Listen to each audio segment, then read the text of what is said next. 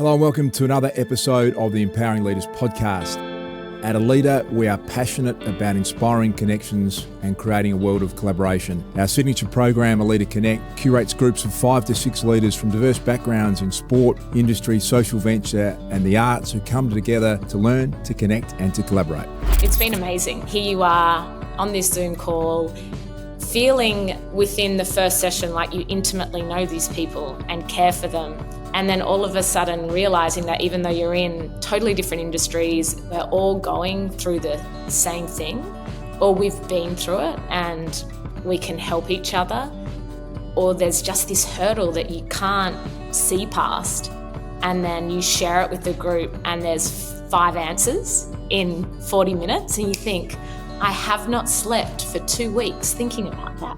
Like, how is this possible? So you're listening to stories and the breadcrumbs of what makes success, and I constantly get something out of these Zoom calls and catch-ups because we're all living the same stuff, aren't we? Extraordinary people with extraordinary experience. What happens there is magical. The Empowering Leaders podcast is proudly brought to you by Victoria University, where cutting-edge sports and exercise science facilities like heat chambers, performance labs and altitude environments mean VU is ranked 7th in the world for sports science. VU, uniquely you.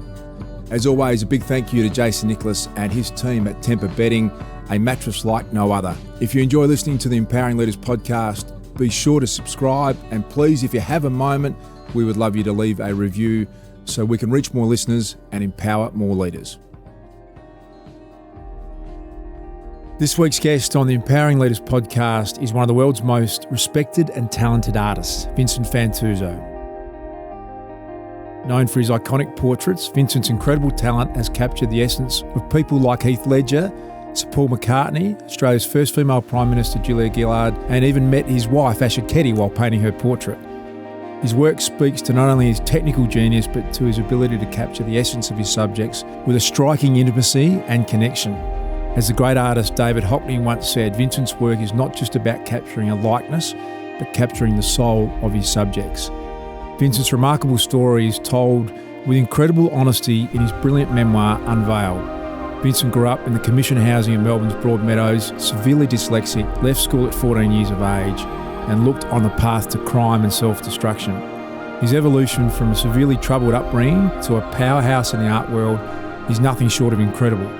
With numerous awards, including multiple Archibald Prize nominations and his work hanging in prestigious collections worldwide, Vincent is a true leader in every sense in the Australian art world. Great to meet you, Vincent. I heard so much about you, mate. Thanks for taking the time. Thanks, Luke. I'm going to get you to call my wife and tell her how lucky she is after that. Well, what do you think? I often think when you sit down and you read someone's bio back to them, what's your immediate thought? I feel like it's a pinch myself thing, but it's also, when you struggle and you have to hustle a lot of your life, sometimes, there's always that imposter syndrome, hovering over you.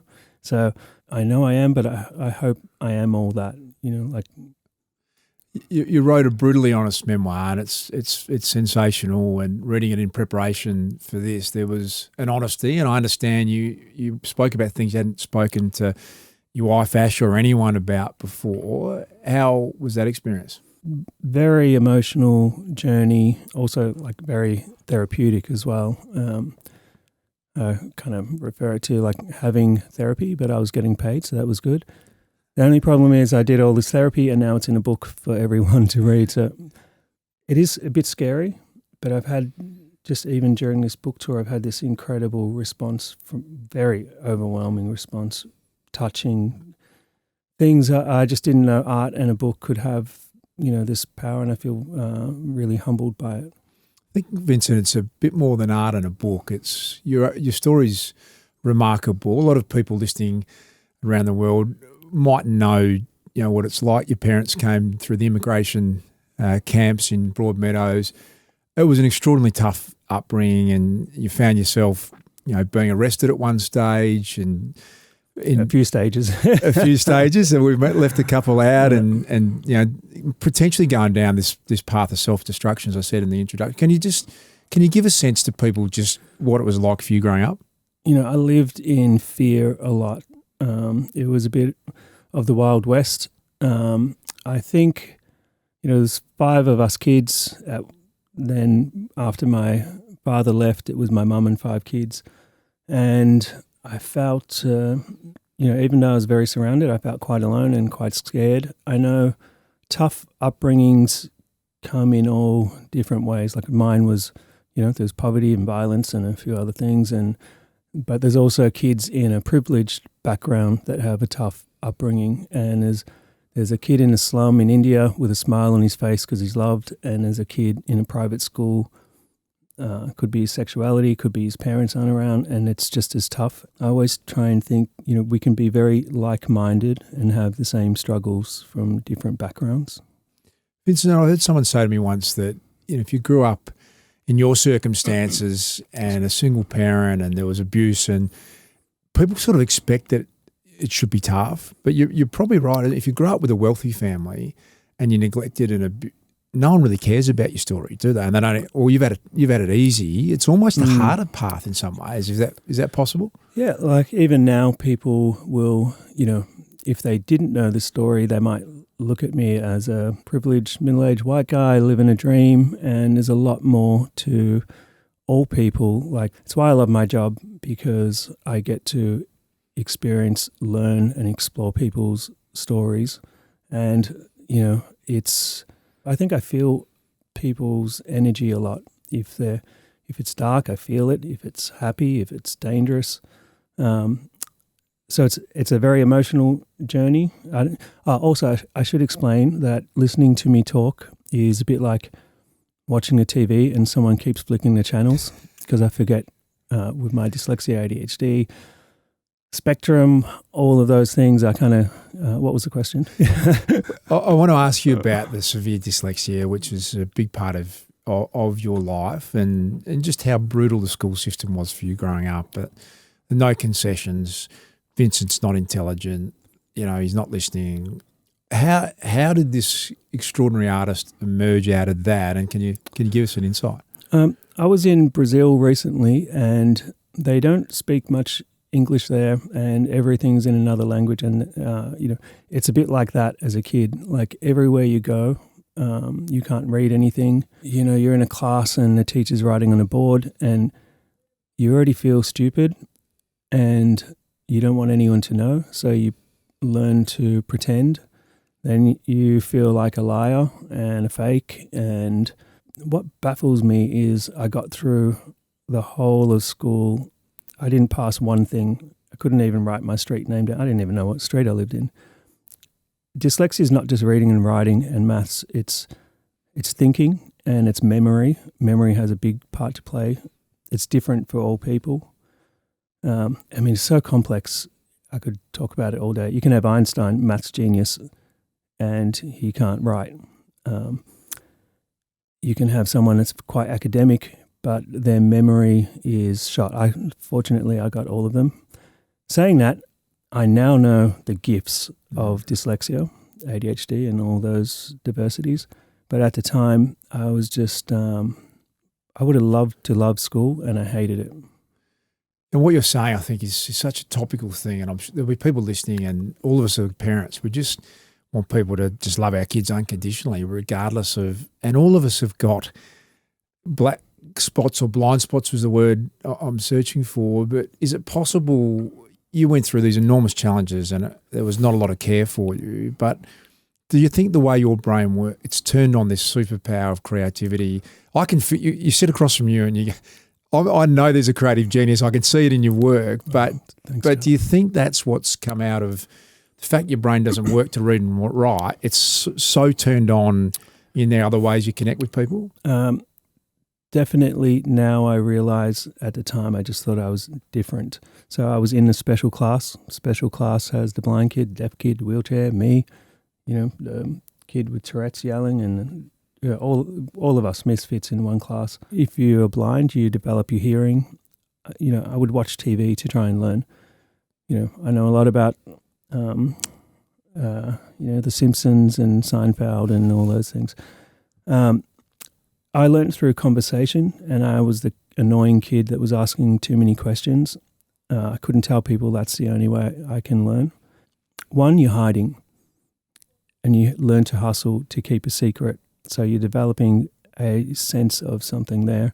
You start to understand people and their emotions. So you develop a different way of communicating. So sometimes it's nonverbal, sometimes it's the energy of someone, the look on their face. You have to really listen. And I think you can become a lie detector. Like you feel, I know what you're thinking right now. No, but it does, you can be in a room, ADHD, dyslexia, all the autism, some of these kids, people, adults, old people, they can be in a room at a party, having conversation, listening to two other conversations and noticing someone in the corner that no one's talking to and thinking about how they can help them and also thinking about what they're going to cook for dinner. And that can be overwhelming and it can cause anxiety, but it's also an incredible gift to have. Vincent, I heard a teacher recently describe that 20 years ago there was maybe 3 kids that they required special attention for to support their education. He's saying in year 12 there's 3.5 classrooms full of neurodivergent kids that we're now identifying more and more of. So you've sort of blazed this pathway. I'm sure it's reassuring to people to go, we just need to find what these people are passionate about. Is that too simple a way to describe it, or? No, that's pretty accurate. And I would like to think that in diagnosing things, like I don't want it to be something people want because it seems cool or flavor of the month, or they're trying to answer a question for their child or themselves. Like sometimes, diversity is caused by, a problem at home, mental health, all sorts of things. When it comes to these kids that, have actually a neurodiverse situation, a lot of parents are embarrassed at first, and then they think, I'm going to get my kid a tutor and they're going to be as good as the other kids at reading or writing, whatever their weakness is. That's not going to happen. Like I tried my whole life to do certain things and it just doesn't go into my head. So when you force them to do something they can't, their self-confidence goes down. And my boxing coach when I was a kid, I was having a fight. First round, this guy was just a thug. He was just like flat out swinging. And I'm a competitive person and I just started swinging back. And, he was a bit more solid. That's how he fights. And Jack Rennie said to me in the corner, that's not the way you fight. If you fight, he's better at that than you, and you're going to lose. And he said, in order to win in life as well, you got to concentrate on what you're good at. So I always think of that in life and with these kids. If they're good at art, let them do art. They're going to do it so much better than everyone else, and they find their confidence. I want to come back to your boxing and the great Jack Rennie in your corner. That explains a little bit. I'll talk to you about that in a moment. But I want to go back. I'm sitting across from someone who, if you know that part of Melbourne and you know what you went through, the likelihood that one of the world's great artists is going to emerge out of a tough upbringing in Broadmeadows might be 1 trillion to 1. You're sitting there from this position now where you've been able to be that 1 in a billion or 1 trillion. How do you find the path for more artists to emerge like you have? I'm very nervous too, by the way. You can see my hands shaking. I knew I could paint and I wanted a way out of the world I was in. And it's still a stereotype. If you tell someone you're an artist, they say, what else do you do? And people think you can only be successful when you're dead. I do watch my back a little bit. Prices will, paintings will go up. I think if I was to ask generally people to name 5 Australian artists, they can't. When you're an artist and you're ambitious, people can call you a sellout. A sports person, a musician, an actor, they're allowed to make money. They're allowed to be ambitious. People celebrate it. They can have sponsorships, fly business class, look after their family. The art world has to change their way, show that art is cool. It's an incredible job. You can be entrepreneurial and you can still have integrity. And if they teach kids, we can show them that you can be successful and it is a way out. There's a lot of creative kids out there that are choosing a different path because they think it's, I chose crime at one point because I looked up to these guys and I thought, I want to drive a Mercedes and wear sunglasses and look cool, and it's not going to happen in the art world. It's a great point you made. I've never thought of, I don't know your world at all. I wouldn't pretend to, but I think almost like you actually started your career as a part-time chef. It's like the chefs have emerged out of the kitchen into great commercial success, and we celebrate those food geniuses now, but not in the art world so much. So when we were at school, it was home economics and fancy food and wine. People were scared to talk about it, like to articulate what they taste when they're drinking wine. Now everyone does it. Everyone's quite confident. And when you talk about art, people say, I don't know anything about art. I can't draw a stick figure. But everyone starts off as an artist. Like you go to a kid's class and it's just full of art.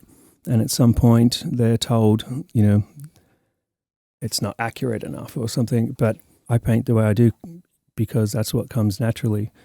But art's conceptual, and it's about what you see is different to what I see, what you've experienced. And when we create it, it's individual and special. So they also need to be taught that, look what Jamie Oliver and Matt Moran and things have done for the chef world. How do we do it for the art world? Yeah, when you look at your art, and as I said, I the genius of it blows me away. I can't even comprehend you doing what you do. It's easy. No. It's easy. But you see when you unveil Julia Gillard's portrait and it's still hanging in Parliament House, and you can see the look on her face around, you captured something in her that other people hadn't seen. And is that connection that you find with people where it starts for you? Connection is absolutely everything. Like you can replicate a bad photo. You could send it overseas somewhere and an art factory, and they'll send it back to you and it will look like the photograph. What matters to me, not the traditional way of someone sitting in front of me. When you spend a bit of time with someone and you earn each other's trust and you're genuinely interested and you start to talk about something that hits home. Like we were talking earlier before the podcast about kids and sports. I could see the emotion in you coming out. That's what I'm looking for, something that's really deep and connected. So I spend time. It's a bit like Big Brother. They forget the camera's around. And I might be snapping something and listening, talking to a friend of yours, if it was your portrait, talking to your family. Just go and watch. You do something and you see movements in people's face, their body language. Someone says something and my hair stands up, and that's the moment I want to catch. Yeah. So I believe, I'm not religious, maybe spiritual, but a painting of any type or an artwork can have emotion and an energy. Sometimes people look at an abstract coloured patch and they feel something. I've got to go to 2008. You've had a great friendship with Heath Ledger, who's an incredible actor and human being, and you paint this remarkable portrait that is award-winning, and he says to you at the time, this is going to change both of our lives. Tragically, he passed away not long afterwards. Can you tell us about your friendship with Heath Ledger?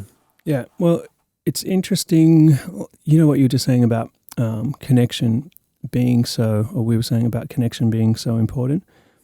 I always felt connected to Heath. We had a lot of mutual friends and we'd hang out in groups, and we're all young, and he had a lot of friends that lived in Melbourne from Perth. He would come and see them. I was part of that group. Sometimes you can know someone for a long time and you're kind of ready for this time or conversation where things change, and you can meet someone for an hour and you're friends for life and you kind of know it. And just so happened he was in Perth for Christmas, and I went there as well. And we had this night where everything poured out of us. Like, he told me things he had never spoken about. I told him things, not for any reason, just started happening. I was telling him things. He was a very complicated guy with a very complicated life, and exceptionally talented and vulnerable, confident, vulnerable. Like, just none of it makes sense. It was like one of the most meaningful nights I've had with someone, like a really moving, The next day I turned up at his house, 7 a.m, something. He answered the door in his pajamas and his T-shirt off. We hardly spoke, and he took a chair outside and he sat on a chair, and I wasn't sure what we were doing. And for an awkwardly long time, and I pulled my camera out, thought this must be it. Started taking photos. I wish I had filmed it. He sat there for a long time and he just lost himself, and I thought he was kind of gone out of his body, and he's staring.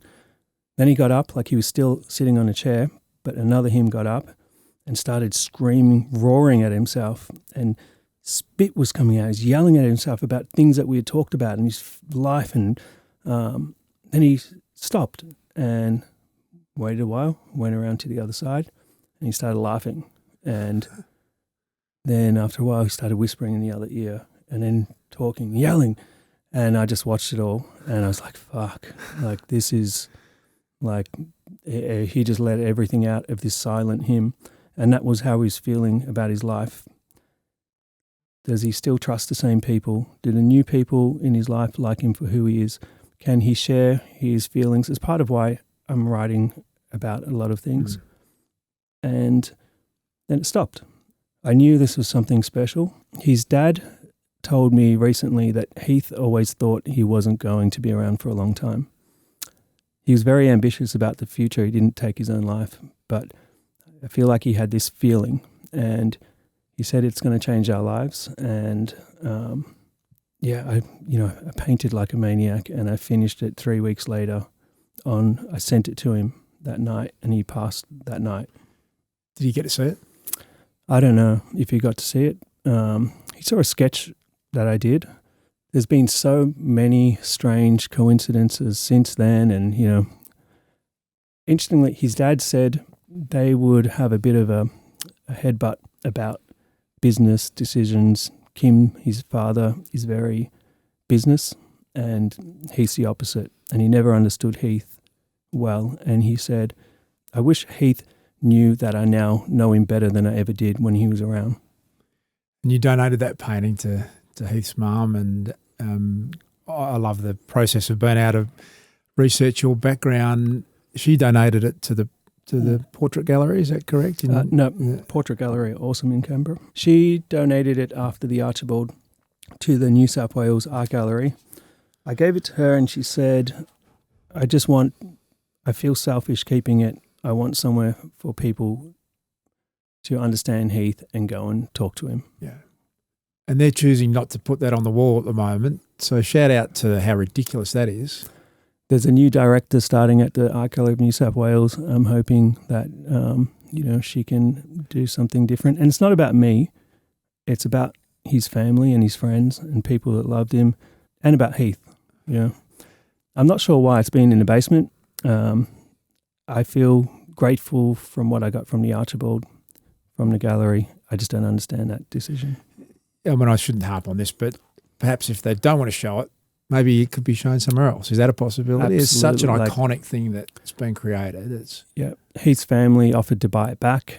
They donated it, but they offered to buy it back, hang it somewhere else. Shout out to the gallery, hang the painting, give it back. Sounds like in the art world that there is more politics than it seems. Is that something that's been difficult for you to bang that door down and try and be the person you want to be in a world that seems fairly hierarchical and full of politics? There's a lot of wankery in the art world. There's also a lot of amazing people and very generous people as well. Like, art's given me everything I have, and the art world's part of that. I try to get rid of the chip on my shoulder because I like to stay positive. It definitely needs to change. It's very hard for young people to feel accepted. Like you go into a white-walled gallery and, you're not buying an artwork and no one will talk to you. I had people laugh in my face, handing in my resume or in my portfolio or something. The music world's changed, acting. The art world's still very closed doors to a lot of people. I love that I'm sitting across from someone who's got a master's in fine art from one of the world's leading I'm a professor as well. Really? Let's not undersell you. My apologies. No, I'm just kidding. But who literally can't read or write. and still struggles to understand with the learning difficulties that you've got. Is that something that we just need to make that part? You've had to force that down beyond all the hurdles that are there. Should we be able to open up those opportunities more for young people with learning challenges? Yeah, art's a visual language, and I really appreciate art history. I love that people can defend their art or articulate art really well. I can't do that. I can do it with, I'll do it with my mates. I'll talk about art. I like it, I don't. I describe it the best I can. It's not necessary. You also have to you have to finish school, do your 12. Saying that, I think school's very important. Not the academic side necessarily, because it's not for everyone, but the social side and social development of young people. So it's about key points in their life. They're formal, they're hanging out, like you end the year together and you celebrate and you go away somewhere. All these different things that socially need to develop in kids. And if they're not academic, they leave and they miss out and they turn into adults too fast. You also need to finish high school to get into a university, and maybe the best artists out there can't finish high school, or they should be able to finish high school and they would, but they kind of can't. If a kid can't do history in university, should they not be allowed to have a degree in art? We all are born different. As we grow, the experiences we have develop into outlooks uniquely our own, charting our life's course. No one sees an idea, opinion, or opportunity like you. And no one sees you like VU. Victoria University. Uniquely you. At Alida, our signature program, Alida Connect, is something we're really passionate and proud of. We bring together groups of 5 to 6 people around the globe from diverse backgrounds, sport, industry, social venture and the arts. We come together to learn, to connect and to collaborate. The thing that I've loved about it is not just the meetings that we have with our group, it's the thinking that you do for days and days afterwards. Someone says something and it sparks a thought, and I found that I would go back and look at things that I was doing in a different light. Within my sport and within women's sport, I'm just someone who I try to lead by keeping people talking about the issues. There's times when I think the person I'm trying to convince is not listening to me. It actually got me thinking about, okay, this is how I need to address my communication with them. So it was so valuable, and the little group that we've got is great, and I'm really looking forward to sort of continuing to connect with them into the future because we're all so very different. I can't tell you how much I enjoyed it. You showed me a moment ago a portrait you did recently of Alex Pereiro's, a UFC Brazilian martial artist of the highest order, and we were talking about a bit of UFC. I've got 3 boys who love that sport, not for everyone, as you said, but You're a passionate boxer. I'm told incredibly capable. Tell us about that part of your life, and did you ever think about doing that seriously? Oh, that was my dream growing up. Kids need a bit of support. I got that through Jack Rennie. He let me sweep the gym, train for free. I thought that was going to be my way out. I didn't lose a boxing fight. I did well. I had lots of amateur fights, kickboxing fights. I was training very hard. I finally found someone. I never had any boundaries, and you want boundaries. You don't want to ask for them because you're trying to be a rebel. Jack was the first guy to set boundaries for me. If you fuck up, you get into fights. If you're ever a bully, if you do drugs, you're not training at this gym. And it actually... Yeah, I hear his voice and it makes me emotional. And I think of kids that don't have it. I also think of, kids that get pushed too hard by their parents. We were talking about, if someone has a dream, you don't have to, they're going to give every part of themselves. You don't have to force them. You just have to support them. And I wasn't getting that support. I got it from Jack. But I wanted to thank Jack, so I did this sketch no one knew I could draw. I did a sketch of Lionel Rose and Johnny Famignon. I gave it to Jack, and he he was in tears. I never said, that's not Jack. And he said something like, I know.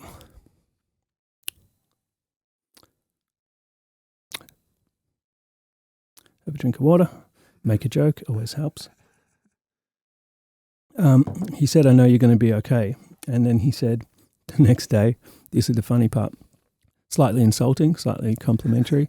He said, I reckon you should be an artist, not a boxer. And it wasn't because I was bad at boxing. I think quite the opposite. I found out recently that Jack was actually a very passionate artist himself. His son rang me up after the book, after Australian Story, and said, you wouldn't believe how much of what you said was accurate about Jack. And he was also a passionate secret artist. So it kind of makes sense as well. I want to come back, if I can, jump in for a second, please. Vincent, because I just can see the amazing emotion you've got. That Jack Rennie's changed your life. And boxing gets a bad rap for not understanding that. Some of those gyms really saved a lot of kids for exactly the way you described it. Here's you muck up, you're out. Here's some boundaries for the first time in your life. And before we started, I don't know how we did, but we started getting onto Spot, asked how your boys were and how we got what they're into, and they're passionate about soccer. And it did jump off into this passion topic of mine, being around junior sport. And as you said, really brilliantly just then, I just see parents that they're ruining that beautiful environment because it's a void in themselves. Yep. They want to live vicariously through their kids, and they're taking the joy away from kids. And Andre Agassi's story is an example. And you're seeing that as well. And absolutely, you can see kids get yelled at in a car park by their parents. This is what I'm talking about, tough upbringing. Like, what's her name? Australian female tennis player, champion. Yelena Doherty. Yep, terrible father. His dad was a psychopath. That's a terrible, torturous upbringing. And it's so sad that she might have been more amazing and actually enjoyed herself. You know, you don't let your kid have sugar their whole life, and when they can, they're having sugar, drugs, and they're pregnant. You know, you can't control someone. You know, and a lot of parents are trying to force their kid to live their dream. It happens in the acting world, it happens probably in art as well. But I think people push art less because there's not. I wonder sometimes if the parents want the celebrity. You look at some famous athletes, for example, and their parents are in the light too, you know, and I wonder if they're chasing all of that through their kids. Or, you know, a YouTube kid, you know, they're not doing it themselves, the parents are. You know, it's just it's child abuse. What are you like as a dad? You had, as you said, enormous struggles. You read your book. How do you approach being a dad to your two boys? Back to a Seinfeld reference, when George decided to do everything the opposite to how he thought he should, he was successful. I do everything the opposite to kind of what I was shown when I was a kid, by choice. I always think there's a way. I believe the cycle doesn't have to continue, and success to me before anything else is when my boys are adults, and someone asks them about their dad, they say that they were loved, and they loved me back. So when it comes to sports or anything they're doing, I say, whatever effort you put in, I'll put in just as much. You know, you want to train 45 minutes away? All right, I'm going to be there too. That happens. And also emotionally, sports psychology is so important. I remember I turned up to a boxing match and I was worried about not the guy with tats and looked tough. Nothing wrong with tats, by the way. I was worried about the kid that turned up with a sports bag and their dad. And I knew they had the support, they had the psychology, and I was envious of it. And now I have so many stories, like meeting Oscar Piastri recently, young kid. I did his portrait. He's just a kid and he has the weight of the world on his shoulders, especially in Australia. And he's so focused, he's very strong, and I think he'll be world champion. But I just saw this kid, and he's a kid. He's 22. It's a kid. He's still a baby. Yep. It's $1 billion. Yeah. It's worldwide fans. It's his country. That's a lot. Yeah. He's good though. He travels with his I don't know what you'll call her, sports psychology. She was amazing. Spoke to her. It's so important, and a lot of people don't have it. And kids have the opposite. They have someone busting their balls to. It might not even be their dream. I have mentioned this before on the podcast. This idea of the conversation in the car and how it ruins sport for many kids because they love it. Kids just love it. They don't. An under 13 grand final, if they win it or they lose it 5 minutes, the kids are over it. The parents are the ones. This is the biggest thing in my life, and you get in the car and all the kid wants you to say to them is, I love watching you play. It's all you need to say. Yeah. Nothing else, and I remind myself of that all the time still. I just love watching you play, but when we add all these other layers to it, why didn't you play better? Why didn't you run harder? Why didn't you? Yeah. You just ruin sport. You ruin so many things for kids. My boy gets in a car, and hope you don't mind me talking about you, Luca. He gets in the car and he's so passionate. I really believe in the dream, and I'd like to get your opinion. My 10-year-old said to me the other day, Dad, hard work beats talent if talent doesn't work hard enough. And I was like, wow, son, that's amazing. Where'd you get that from? He said, you told me years ago. Oh, thanks. But I think it was Ron Barassi told me that. And did you paint Ron? I did, yeah. And really wise words from him. Also about teams and sports, and as a coach, he said, you're not coaching just their performance. You got to think about why they're not performing, what's happening in their private life. Are they, some people you need to yell at and some people need a hug. It's you would know much more than I would, but it's a big responsibility as a coach. And if you have a parent doing the opposite, it's tough. Especially when they're kids, and it's a safe haven, should be for everyone, but it hasn't always been the case. Vincent, I love the opportunity to sit down, and the diverse thinking and your life story is so unique. We have this sort of saying in our world that success leaves clues, and there are these patterns around why people, even from the most diverse backgrounds, have success. And this idea that you've got to fill your own cup up first before you can be good for anyone else. So what do you do that makes you be at your best for yourself so that you can be good for others? I have the most incredible friends and family. I've created a family for myself through my friends as well. And I feel so grateful. Like I do have my boxing group that is, sports for a lot of kids is that safe place. So parents don't fuck it up by, making it not a happy place. Twice a week, I have a bunch of guys, very diverse group of people from, entrepreneurs, business people, surgeons, musicians, actors, directors, dads from soccer, friends. All that disappears, and we go boxing.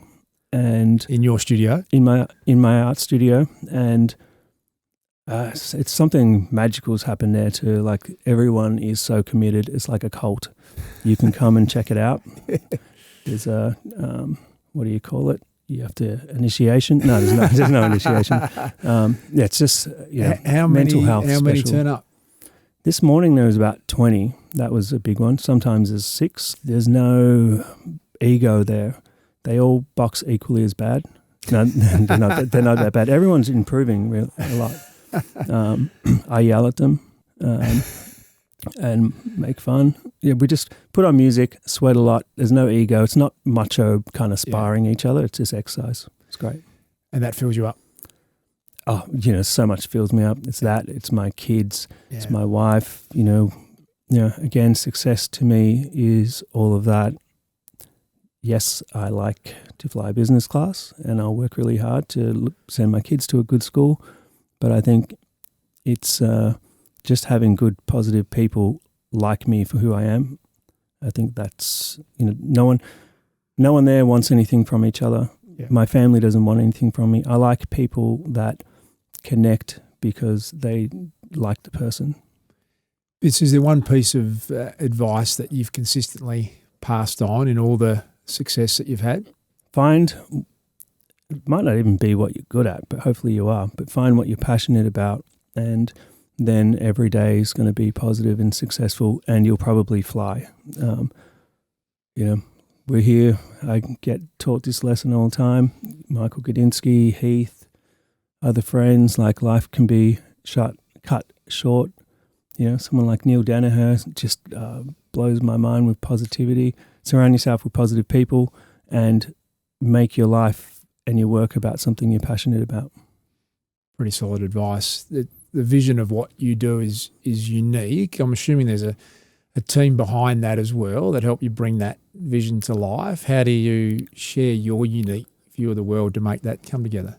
I'd listened to a lot of books because of my not being able to read, and one of them was years and years ago, Richard Branson, who's also dyslexic, saying to be successful in life and business, you need to know what you're not good at and let your ego, not in these words, but let go of your ego and find and allow people to do what you're not good at and don't micromanage them. So I'm not good at many, many things, and I've found people that can help me and let them do what they're good at, and I'll do what I am good at. So people are inherently curious who have success like you. Can you tell us how curiosity shows up for you, and is there different rabbit holes that your curiosity takes you down? So this is another big deal for people that really have strong ADHD. We can concentrate obsessively for 15 hours. I can get, not trying to brag, but I could get 2 weeks of what other people could do done in 15 hours. And this is part of the gift. But can I just jump on that for a yes. second? Sorry to interrupt you, but so you've taken this and you can just paint for 15 hours. Yeah. And nothing else matters in that time? I won't even stop to eat. I'll be dehydrated. I'll have my music on. I'll be dancing. I'll be painting and having the best time of my life. And the only thing that stops me is absolute exhaustion. And you're just on a roll. It's like I'm looking at this painting come alive, and it's like this. It's like drugs. You can also have a fall from that as well. But with ADHD and things like that, you can also, I'm very aware if I'm in the concentration zone, I have to have my art in front of me. You can get in that zone on the internet. You can get in that zone, you have a new little interest and you just become obsessed and time just disappears. And this is what happens to kids or adults that aren't aware of it. Next thing you know, you're a gaming dad that sits in the garage. I don't do gaming, but you can fall into these negative rabbit holes or positive. I love cooking. I might become obsessed and I'm cooking, every single night. And they're like, can you stop cooking this stuff? And I have to get it right. I've been trying to figure out forever. I love people and I love success, not just, celebrity or positive. Money. I just like successful people that are achieving great things, game changers, and I'm trying to figure out, and you're probably doing the same, what is it that they all have in common? Often it's that they are passionate about it. I haven't figured it out yet. Have you figured it out? I'm figuring it out through you today, and that's exactly what you picked up on, is this pattern around, and we see the patterns, isn't it, from an artist? You need to know the recipe for Coca-Cola. It's like... And I think we see these are being some of the common things. The next one I ask you about is this idea of collaboration. I love this idea that the sort of cost of great leadership is time, and that to still be able to spend 15 hours on a painting because you can, but also to have a family and make life function at the same time. How do you make all that work? Well, this makes me think again. A friend of mine, Larry Kesselman, very successful. Lucky enough to have Larry on the podcast. Oh, really? Yes. Incredible. So we're working together now. So Larry's helping me with business and I'm sticking to the creative stuff. We have nothing to gain from each other except for the adventure of maybe changing the game a little bit, like we talked about, like the chefs have done.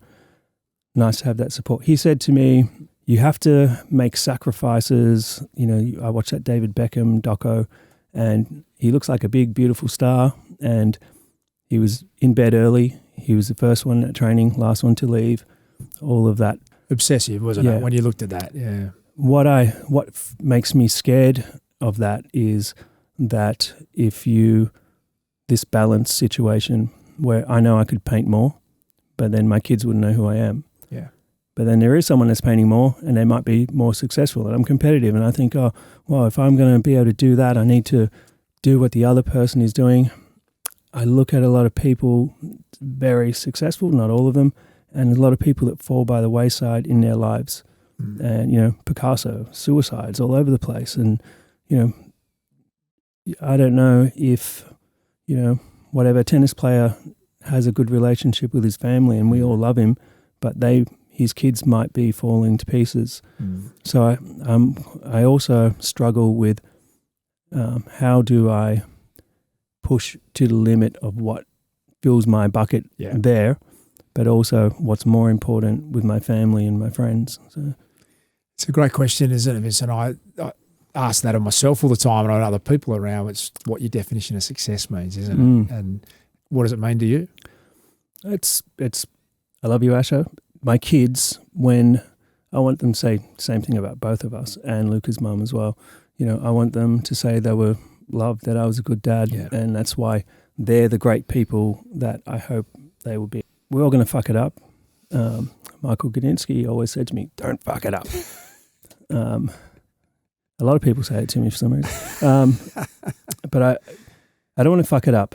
So, you know, I want to inspire people to be artists, to be successful, but I don't want it not at any cost to my family. So success to me is finding this balance.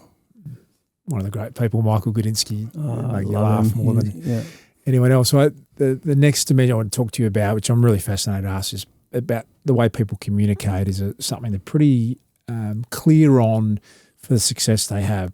The traditional way of communicating for you, reading and writing, has not been available to you by the sounds of it, and the challenge you've had. But even spending a little bit of time with you and having a coffee a minute ago, you've got this incredible way of almost instant connection. And can you describe how that is? Is that something you think about, or? I think we just bromance. We just have an instant connection, you know, and I notice those things, and I feel really grateful when they happen. I'm very open to, you know, some people say, oh, I have enough friends, you know, but then you might miss out on something really special in your life, you know, and I remind myself not to judge as well. You can meet someone on a day and it's not the day, and you judge them, and you might miss out, you know, someone's dog died, you know, they're having a bad day, they're not going to be the friendly guy they normally would, girl, whatever it is. I try and give myself and other people chances, who might say give someone a chance. Like, I love people and I want to learn about them, and I'm very open to, you know, what I can learn. I just love learning, and meeting people is the best way to learn. Vincent, who's been the greatest leader in your life? Whoa. I could just run a whole list. I have such incredible friends, just people that are there for me, and I learn something from them. But Neil Danaher, we had a very special connection. When you did Neil's portrait? Yeah, I now know more than ever about footy. I didn't grow up with it, so I had no idea. I didn't have a team my whole life. Asher is mad about Collingwood, sorry. Even though she's got a massive Hawthorn connection. Yes, her uncle was Bob Keddy. I didn't know about football. I only met Neil for who he was, and when someone introduced us, and I thought, I feel people's energies, and I was a little bit worried about going to see him because he's not well, and it's, you know, not worried. I just knew that I would feel it. Not at all. I left there thinking I could take the world on, and I don't know what he was as a coach before, you know, as a person. I just know this guy in front of me, and unlikely friends, you know, and I knew he liked me and I liked him back. Every time I see him, I leave. It's weird. I just think I can do anything. Recently, he asked Asher and I he's doing a new campaign for a TV ad, and he doesn't necessarily like the crowds and all the people, you know, he has a lot of it, and he was pretty quiet that day, and a lot of people around. I always give him a bit of shit, and he gives me shit back. He's got a very funny, dark sense of humour. He can't speaks, or he looks at an iPad and his eyes move and it says something, but he hadn't said much. I made some crack at him. I was walking off thinking I was cool. He goes, "Ugh." That means, hey, hold on. So everyone turns and they're all listening. There's a whole crowd of people and he's typing. And then he says, "Your hair looks shit house."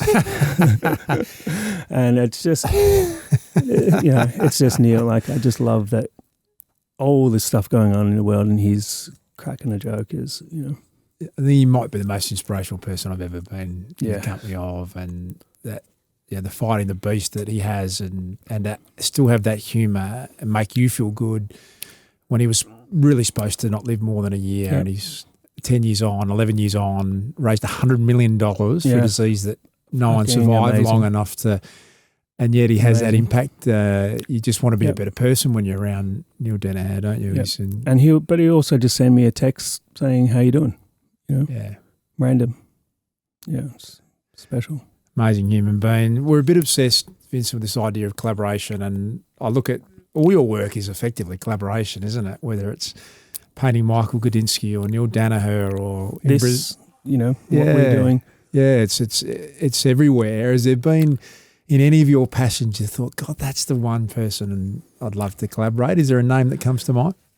I've had great collaborators. Like, I've done a lot of work with Baz Luhrmann, Matt Moran. I haven't even spoken about someone like Matt Moran. He's like a brother, godfather to my kids, always giving me good advice. He's a great leader to me as well. The painting of Heath wouldn't be what it was unless it was a collaboration. I love the visual language. I would love to collaborate with a filmmaker and make a film.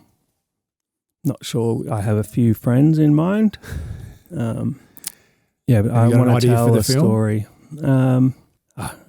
Every night, I don't know about you or people listening, I don't sleep much, but I dream so much. It's exhausting. Like epic films, I see the lighting, I can smell it, I can hear. I have dialogue that I couldn't come up with myself. I'm like, fuck, I'm not that smart. And it's in my dream. Do you remember it? So many ideas. I remember a lot of it, yeah. And it, I watch good films every night. I'm exhausted when I wake up, but I want to share some of the stories. Yeah, so taking the art creativity to the screen. Comedy. No, I'm Hey, Vincent, I could talk to you for another 2 hours. It's such a fascinating thing to sit down. I have a lot of questions for you. Maybe one day we flip it and I podcast you. And it would be far less interesting, I promise you, than this. For those that, if you haven't had a chance, go and buy Unveiled. It's an extraordinary piece of work, an amazing life story. It's not a piece of work, it's your life story, and it's remarkable. I'm a piece of work. It sounded a bit like that, didn't it, as I said that? Yeah. I encourage you to go and read it, buy it, and if you haven't caught up with some of the genius of Vincent Fantauzzo, it's a great pleasure to spend some time with you. Look, thanks heaps.